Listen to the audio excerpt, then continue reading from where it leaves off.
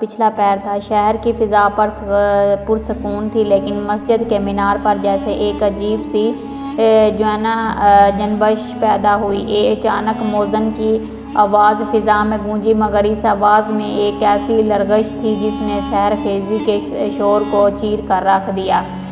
یہ آواز صرف ایک شخص نے سنی، فارس بن ربیعہ نے۔ وہ نیند سے چونک اٹھا، مگر وہ نہیں جانتا تھا کہ یہ اس کی آزمائش کی شروعات تھی، وہ آزمائش جو اس کے مقدر کا رخ بدلنے والی تھی۔ فارس شہر کا سب سے طاقتور، مالدار اور اثر و رسوخ رکھنے والا تاجر تھا۔ اس کی جاگیرداری دور دور تک پھیلی ہوئی تھی۔ اس کے قافلے ہیرا، درمش، بغداد اور بخارا تک تجارت کیا کرتے تھے۔ سونے، ریشم، ہیرے، یاقوت اور نایاب اشیاء سے لدے اس کے کارواں دنیا بھر میں اس کے نام کی دہک بیٹھتی تھی۔ مگر فارس کے دل میں سب سے زیادہ جگہ غرور نے گھیر رکھی تھی۔ اسے لگتا تھا کہ اس کی کامیابی صرف اس کی محنت کا نتیجہ ہے، اللہ کا کوئی احسان اس پر نہیں۔ اس کے محل کی دیواریں خالص سونے سے منتشر تھیں، برآمدوں میں نرم قالین بچھے تھے، دروازوں پر چوکیدار تلواریں تھامے سروں پر عمامے باندھے کھڑے رہتے تھے۔ روز صبح سویرے غلام قطار بناتے اور فارس کے غسل کا پانی گرم کرتے۔ جب وہ رعب سے بولتا تو ہر شخص اس کے سامنے جھک جاتا۔ قاضی، علمائے شہر اور روشن تک اس کے سامنے مؤدب ہو کر کھڑے ہوتے۔ اس کی اکڑ طبیعت، اس کے تیز لہجے، غرور زدہ نگاہوں سے ہر شخص واقف تھا۔ فارس کو عاجزی سے نفرت تھی۔ وہ سمجھتا تھا کہ جو جھکے وہ کمزور ہیں، اور کمزور ہونا اس کی فطرت کے خلاف تھا۔ اس کا لباس، اس کے بیٹھنے کا انداز، اس کے خادموں سے بات کرنے کا طریقہ، ہر چیز اس کے غرور کا آئینہ تھی۔ یتیم، مسکین اور مسافر اس کے دروازے پر روکے جاتے، وہ انہیں اپنے لائق نہیں سمجھتا تھا۔ درویش کا شہر میں آنا۔ ایک دن شہر کے دروازے پر ایک نورانی چہرے والا درویش داخل ہوا۔ اس کے ہاتھ میں صرف ایک لکڑی تھی اور چہرے پر ایسی خاموش روشنی دیکھنے والا ٹھہر کر دیکھنے لگے۔ وہ مسجد کے باہر بیٹھتا اور کہتا، گھمنڈ انسان کو خود سے بھی دور کر دیتا ہے، وہ اور اپنے رب سے بھی۔ لوگ اس کے گرد جمع ہوتے، اس کی باتیں سنتے اور حیران رہ جاتے۔ اس کی آواز میں سچائی تھی، اس کی نصیحت میں نرمی تھی۔ جب فارس نے سنا کہ ایک درویش کی باتوں نے شہر کے لوگوں میں ایک نئی بیداری پیدا کر دی ہے تو اس کا دل تڑپ اٹھا۔ اسے لگا کہ اگر لوگ عاجزی، انکساری اور روحانیت کی باتیں سنیں گے تو اس کی جھوٹی شان و شوکت کا جادو ٹوٹ جائے گا۔ اس نے اپنے پہرے داروں کو حکم دیا، اسے محل میں بلاؤ، اس کو دکھاتا ہوں کہ طاقت کسے کہتے ہیں۔ درویش اور فارس کی پہلی ملاقات۔ درویش خاموشی سے محل آیا، اس کے قدموں کی چاپ تک غرور سے سجے فرشوں پر گونج نہ سکی۔ دربار میں خاموشی چھا گئی۔ فارس اپنے سونے سے بنے تخت پر بیٹھا ہوا تھا، شان و شوکت سے لبریز، گردن اکڑی ہوئی اور نگاہیں تکبر سے بھری ہوئی۔ درویش نے آتے ہی چند لمحوں کے لیے فارس کو دیکھا، پھر اپنے سامنے رکھے ایک مٹی کے وٹیلے پر نگاہیں ڈالی اور آہستہ سے کہا، محل کی مٹی بھی تو آخر مٹی ہی ہوتی ہے، اور انسان چاہے کتنا ہی طاقتور کیوں نہ ہو، آخر کار ایسے میں ہی مل جانا ہے۔ یہ جملہ فارس کے غرور پر چوٹ بن کر لگا۔ وہ چیخ کر کہہ سکتا تھا، مگر عجیب بات ہوئی، وہ خاموش ہو گیا۔ اس کے دل کے کسی کونے میں پہلی بار ایک صحرا جیسی ویرانی محسوس ہوئی۔ درویش بغیر شور کیے، بغیر رکے، بغیر جھکے واپس چلا گیا۔ فارس کے دل میں بے چینی کا جنم۔ اس دن کے بعد فارس کی نیند گم ہونے لگی، سونے کے بستر سے کانٹوں جیسے لگنے لگے۔ غلاموں کی خدمت، محل کی رونق، سونے کے برتن، کوئی چیز اسے سکون نہ دیتی۔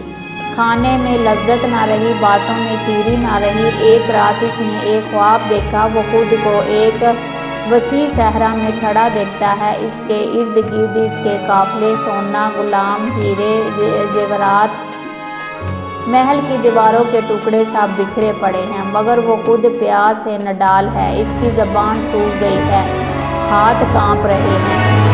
اچانک آسمان سے ایک آواز آتی ہے، جنہوں نے میرے بندوں کو کم کر جانا، میں انہیں خاک میں ملا دیتا ہوں۔ فارس چیخ کر اٹھ بیٹھا۔ اس کی چیخ اتنی بلند تھی کہ محافظ دوڑ کر آئے، مگر اسے کچھ نہ ملا۔ فارس پسینے میں بھیگا ہوا تھا، دل تیزی سے دھڑک رہا تھا۔ اس نے یہ خواب اپنے لیے ایک اشارہ سمجھا، مگر پھر بھی اپنی زندگی معمول کے مطابق گزارنے لگا۔ اندر کی بے چینی مگر ہر ایک دن بڑھتی ہی گئی۔ وہ بازار جاتا، لوگ سلام کرتے، مگر اسے یوں محسوس ہوتا جیسے ان کے چہرے فارس کے غرور کی بے عزتی لکھی ہو۔ آزمائش کا پہلا وار آزمائش۔ ایک دن شہر میں خبر پھیلی کہ فارس کا سب سے بڑا تجارتی قافلہ، جو کہ یمن سے روانہ ہوا تھا، ریگستانی طوفان میں گم ہو گیا ہے۔ یہ فارس کی پہلی آزمائش تھی۔ وہ غصے میں پاگل ہو گیا، مگر وہ کچھ نہیں کر سکتا تھا۔ اسی رات ایک اور قافلے کے غائب ہونے کی خبر ملی۔ پھر اس کے باغوں میں اچانک بیماری پھیل گئی۔ پھر اس کے غلاموں میں جھگڑے شروع ہو گئے۔ اس کا بڑا بیٹا سخت بیمار پڑ گیا، جیسے کسی نے اس کے پورے محل پر ایک سایہ ڈال دیا ہو۔ فارس کو لگا جیسے دنیا اس پر تنگ ہوتی جا رہی ہے، مگر غرور ابھی بھی اس کے دل سے نہ نکلا تھا۔ وہ کہتا تھا کہ یہ سب حادثے ہیں، میں فارس بن ربیعہ ہوں، میں کوئی شکست نہیں دے سکتا، مجھے کوئی شکست نہیں دے سکتا۔ مگر وہ نہیں جانتا تھا کہ شکست صرف مال کی نہیں ہوتی، شکست روح کی بھی ہوتی ہے۔ دوسرا خواب فیصلہ کن لمحہ تھا۔ ایک رات فارس نے دوسرا خواب دیکھا۔ وہ ایک اندھیرے کمرے میں کھڑا ہے، سامنے دروازے ہیں، دو دروازے ہیں، ایک دروازے پر روشنی اور ایک پر گٹ اندھیرا۔ روشنی والے دروازے سے وہی درویش اس کو بلا رہا ہے، فارس یہ دروازہ ابھی کھلا ہے، کل شاید بند ہو جائے۔ فارس دوڑ کر اس دروازے کی طرف جاتا ہے، لیکن اس کے قدم وزنی ہو جاتے ہیں، اس کا غرور اس کے پیروں سے جکڑ جاتا ہے، وہ چل نہیں پاتا۔ روشنی دور ہوتی جاتی ہے اور درویش کی آواز بھی۔ فارس چیخ کر اٹھتا ہے، اس بار اس کی چیخ سارے محل میں گونجتی ہے۔ اب فارس کا غرور ٹوٹ چکا تھا، وہ جان چکا تھا کہ اس کے مال، اس کے تکبر نے اسے اندھا بنا دیا تھا۔ صبح ہوتے ہی وہ بغیر کسی اعلان کے محل سے نکل پڑا، سادہ کپڑے پہنے، ننگے پاؤں، سیدھا مسجد کے باہر گیا، جہاں وہ درویش بیٹھا کرتا تھا۔ وہاں درویش نہیں تھا، مگر اس کے شاگرد بیٹھے تھے۔ انہوں نے فارس کو پہچان لیا، حیرت سے پوچھا، آپ اتنی عاجزی کے ساتھ یہاں کیسے؟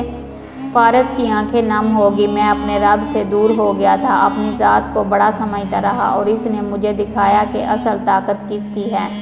اسی لمحے درویش پیچھے سے آیا، اس نے فارس کو دیکھا مگر مسکرا دیا۔ اب تیرے دل کا دروازہ کھل گیا ہے، اب تو وہ دیکھ سکتا ہے جو پہلے نہ دیکھتا تھا۔ فارس اس کے قدموں میں گر گیا۔ تبدیلی کی راہ۔ فارس نے اسی دن فیصلہ کیا کہ وہ اپنی زندگی بدل دے گا۔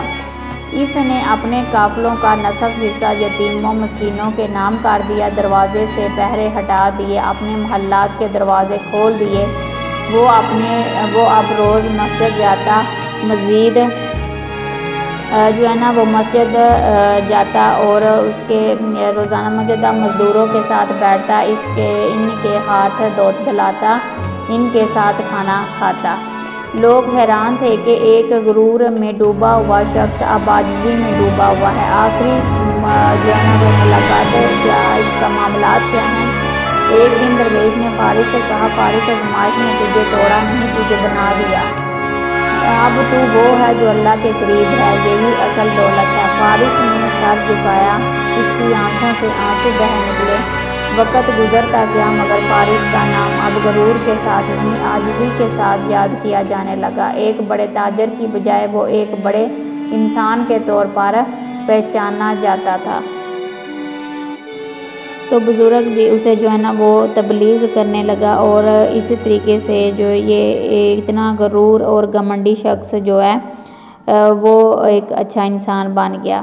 وہ ہر روز جو ہے نا وہ بزرگ کے شاگردوں کے ساتھ آتا، ان کے ساتھ بیٹھتا اور ان کی جو ہے نا وہ تبلیغ بڑی باتیں سنتا، اور وہ سب کو جو ہے نا بزرگ تبلیغ کرتے کہ کیسے ہم اپنے غرور کو ختم کر کے ایک عام انسان کی طرح رہ سکتے ہیں اور صرف اللہ کی عبادت کو جو ہے نا وہ ترجیح دے سکتے ہیں۔ تو ایک جو ہے نا وہ انہوں نے اس کو ایک غرور اور تکبر بڑے انسان کو جو ہے نا اس کو ایک سیدھی راستے پر لے آئے، اور سب لوگوں کے ساتھ اب جو اتنا یہ غرور فارس اتنا زیادہ جو غرور اور گھمنڈی تھا، وہ عام لوگوں کے ساتھ بیٹھتا، بات چیت کرتا اور ان کو جو ہے نا وہ اپنے معاملات بتاتا۔ بزرگ جو ہے نا وہ فارس کے دل پر نقشے کر گئے تھے، وہ بزرگ کے پاس جاتے اور جو بھی مسئلہ مسائل ہوتا وہ ان کے ساتھ جا کے بات چیت کرتے۔ تو بزرگ اسے جو ہے نا وہ راستہ دکھاتا کہ تم کس طرح سے اس مسئلے کا حل نکال سکتے ہو۔ اب فارس جو ہے نا وہ اپنے محل میں بھی غریب لوگوں کو دعوت دیتا اور ان کو کھانا کھلاتا اور ان کے ساتھ اچھا سلوک کرتا۔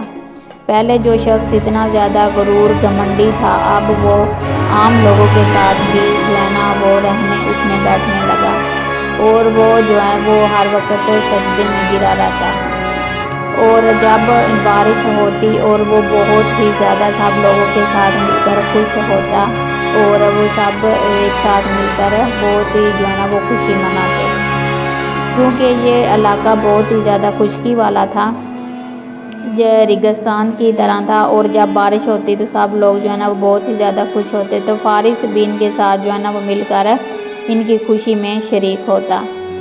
تو اس طرح سے ان کا جو ہے نا وہ فارس اپنے پھر اونٹ پر خود اپنی جو ہے نا وہ تجارت کے لیے جاتا، اور واپسی پر وہ بزرگ کے قدموں میں بیٹھ جاتا۔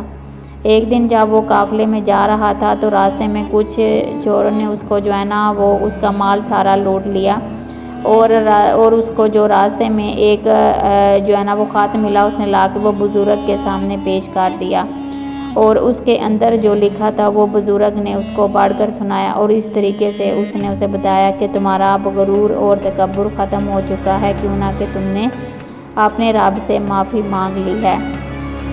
اب وہ باقاعدگی کے ساتھ نماز پڑھتا اور وہ مسجد جاتا، اور جس کے ساتھ وہ غلط کرتا اس کو جو ہے نا وہ اس سے رو کر معافی مانگتا۔ تو یہ تھی غرور کی